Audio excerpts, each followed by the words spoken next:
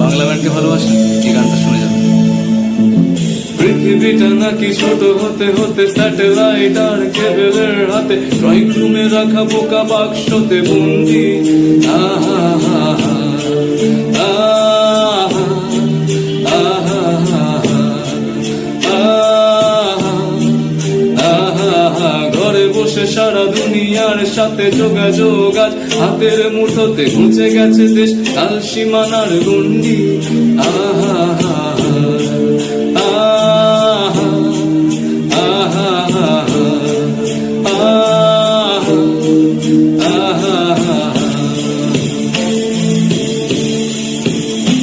ভেবে দেখেছো কি